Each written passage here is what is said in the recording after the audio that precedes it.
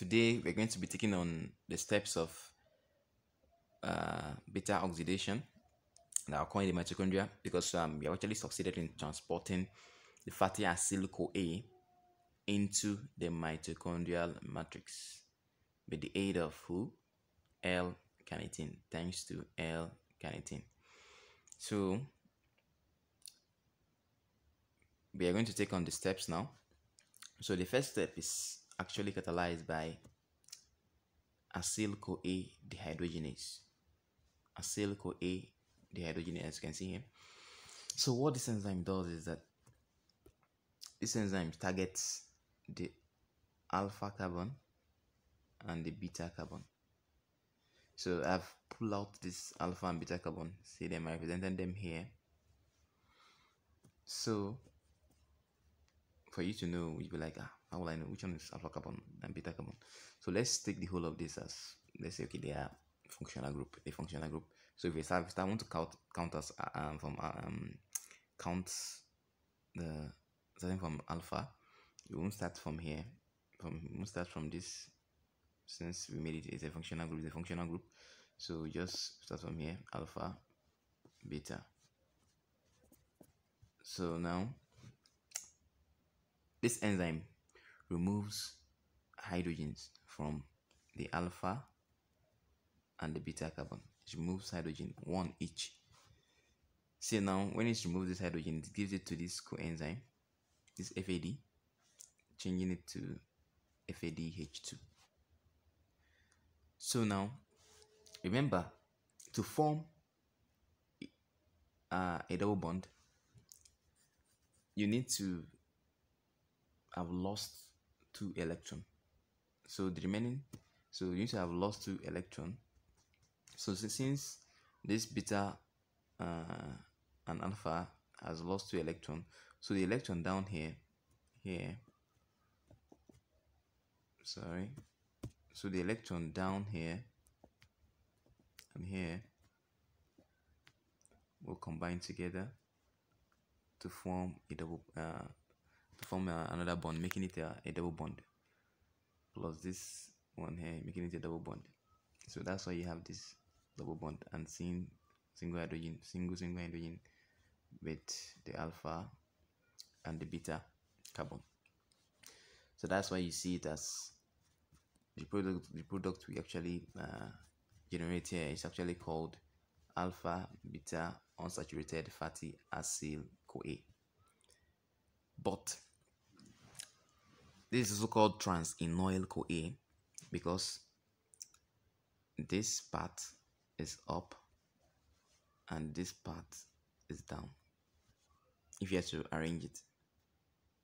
Yeah, and you know both are heavy, so you understand, you know how trans is like, okay, this is it, this is where the double bond is, right? So, and this is it, so this trans, so let's say the alpha carbon is here and the beta carbon is here, and this one represents this, and this, let's say CoA. You understand it? So this is trans, so that's why it's called trans-enoyl CoA. So now we've seen how the acyl CoA dehydrogenase works. So now I'll go to the next step, which is catalyzed by enoyl CoA hydratase. From the name, like it's hydrating something, like it's adding water. So what it does is this enzyme targets the alpha and the beta carbon. Since they are lacking, they have this one is they contributed on the both alpha and beta carbon contributed one electron to form an extra bond. So now I want to break that extra bond now. So that means the 2 electron, 2 electrons come together to form a single bond. So since two electrons came together to form another extra bond now, so for us to break it, we need two electron from maybe a different place, like from somewhere. I don't know where we'll get it from. I don't know now. For now, we learned that the enoyl CoA is the one to carry out the reaction. So I don't know where we'll get the 2 electron from. Where do you think we'll get it from? So enoyl CoA hydrate is decides to actually say, okay, I'll get it from water. Okay, splits water. Look at it here. Okay, splits water into hydrogen ion and hydroxyl ion. So what it does is, okay, it takes this hydrogen ion and feeds it to the beta carbon. Then the hydrogen gives it to the alpha. Wow, can you see that? So we give to the alpha carbon, then we have this beta hydroxyl fatty acyl CoA, because see, the hydroxyl group is at the beta carbon, so it's beta hydroxyl fatty acyl CoA. So that's how this enoyl CoA perform its actions. So we have taken on the second step. We'll go to the third and fourth step. The fourth step is the last. So now this is the third step, sorry. So at the third step, we have beta hydroxy fatty acyl CoA. So the beta hydroxy fatty acyl CoA that we generated will be acted upon by beta hydroxyl fatty acyl CoA dehydrogenase. So this enzyme is NAD dependent. Let me say something here. And this acyl CoA dehydrogenase is FAD dependent. It's like function together, function with FAD, function together with FAD. So you can see, and this one is NAD dependent. So now this beta hydroxyl fatty acid dehydrogenase, what it does is it removes hydrogens from the beta carbon. That's why it's called beta oxidation. You can see most of the things happening around the beta carbon. So it removes hydrogen from the beta carbon. So it removes 2 hydrogen and gives it to the NAD. And you have this. So now I represented this beta carbon here. So now if you remove the hydrogen and remove another hydrogen from here, what do you think? Let's keep the oxygen bonded here. Sorry. Let's keep the oxygen bonded the way it is here. So now you will see that after removing this hydrogen, the oxygen will be having extra 1 electron, and this hydrogen is no more here. It's no more here. So and that means there's extra electron here. So what do you think will happen? This will be the next. This is what the next structure will be. A ketone. So this hydrogen and this oxygen will pair with this electron here. This electron here that is left at the top after this hydrogen left. So now to pair with it to give you a double bond. So that's why you see this ketone group here. So now this B represents the whole of this, and this B represents the whole of this. So now we'll go to the next step, catalyzed by, oh sorry, I didn't tell you guys the name of this structure. It's beta keto fatty acyl CoA. You all know why it's beta keto, because the beta carbon is the ketone. So now we'll move to the next step, which is catalyzed by thiolase. So thiolase, there are 2 types of thiolase. There's biosynthetic thiolase and degradative thiolase. The one here is the degradative thiolase. The biosynthetic thiolase they mainly function in when you see something like cholesterol synthesis, where they combine 2 acetyl CoA together to generate acetyl CoA, and maybe ketogenesis too. So now this thiolase acting here is the degradative thiolase 1. So the synthetic by the biosynthetic thiolase is thiolase 2. So now this thiolase formed actually acts on this beta keto fatty acid CoA. Action beta keto fatty acid CoA. So this thiolase, when it acts on beta keto fatty acid CoA, it adds coenzyme A. This is cytoplasmic mitochondrial coenzyme A, mitochondrial coenzyme A. Since we're in the mitochondrial matrix, it's the mitochondrial coenzyme A. So it adds the mitochondrial coenzyme A. When it's added, when it is being added, you see that I splitted this coenzyme A. I removed hydrogen, and I removed this, the rest of it. So when you add this, when you add this to this bond here, we generate this.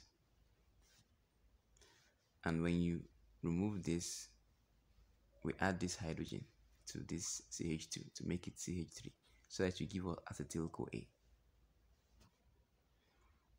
You get it? Because you can see here, what we divided here was a single bond. So meaning just one electron to balance. We give this, meaning just one electron to be balanced. Each of them balance this divided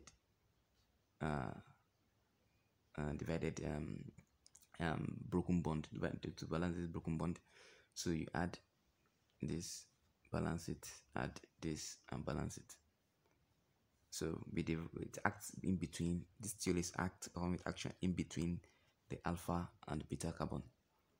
So it breaks it, and you have fatty acyl CoA, and you have acetyl CoA. So this cycle, this fatty acyl CoA generated will start the step 1, 2, 3 again to generate another fatty acetyl CoA, to continue like that till all the carbon in this fatty acid has been converted to acetyl CoA. So now I'll show you what I'm talking about. Let's use a fatty acid as an example. So this acetyl CoA generated will be taken to Krebs cycle to be converted to what they call it, taken to Krebs cycle to generate NADP FADH that will be channeled into electron transport chain to generate ATP. So now, before I go, I have to say something here. This compound actually here, this beta hydroxyl fatty acyl CoA is actually L. The L form of this compound is actually acted upon by this enzyme. So it's actually the L form that is being acted upon, that is being generated and acted upon. So now we'll go to the example I have to give here. So you can see here, let's assume that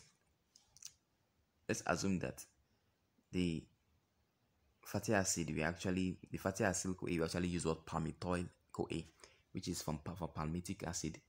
So it's 16 carbon. Palmitic acid is 16 carbon. So now if you're going to go the first round, you remove coenzyme A, and coenzyme A is 2 carbon units. So each round of beta oxidation you remove 2 carbon units from the fatty acyl CoA.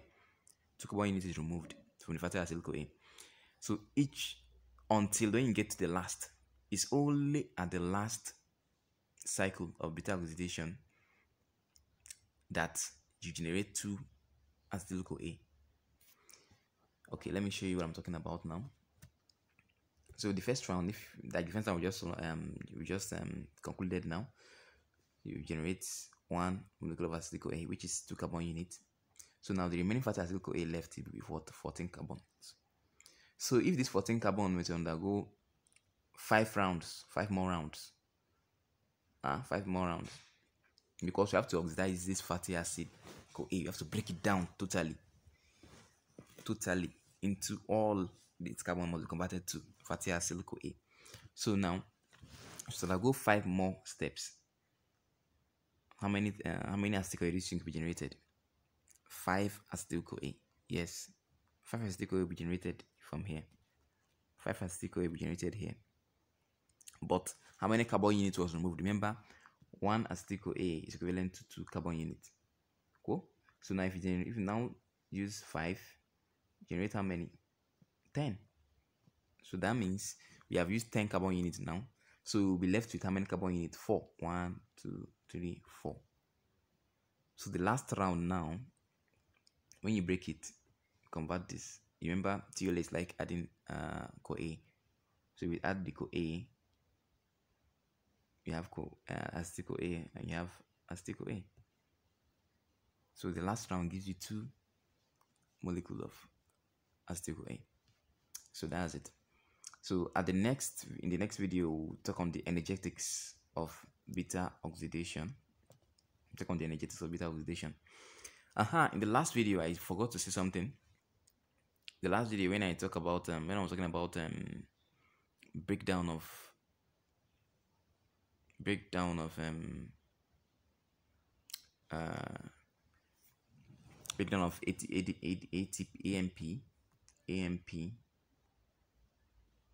ATP, sorry, breakdown of ATP into AMP and PPI, sorry, as inorganic pyrophosphate. So this pyrophosphate now is generated. So remember, it was acted upon by inorganic phosphatase. So now, and this ATP was acted upon too and generated AMP. So remember, the bond broken here is 2. We broke 2 bond here, 2 high energy bond here now, because we break ATP into AMP. We now broke pyrophosphate too into 2 molecules of inorganic phosphate. So now that means if I'm paying for this now, I'll use 2 ATP. Since 2 ATP, if I break down 2 ATP now to give us 2 ADP, it's equivalent to breaking 2 bonds. Yes, because I already broke 1. To give me ADP, I broke 1. To give me another ADP, I broke 1. So equivalent to using 2 ATP. So for us to pay for this at the energetics of beta oxidation now, we'll have to pay for 2 ATP if we are paying for it. So we are done for today. Thank you for watching, and please subscribe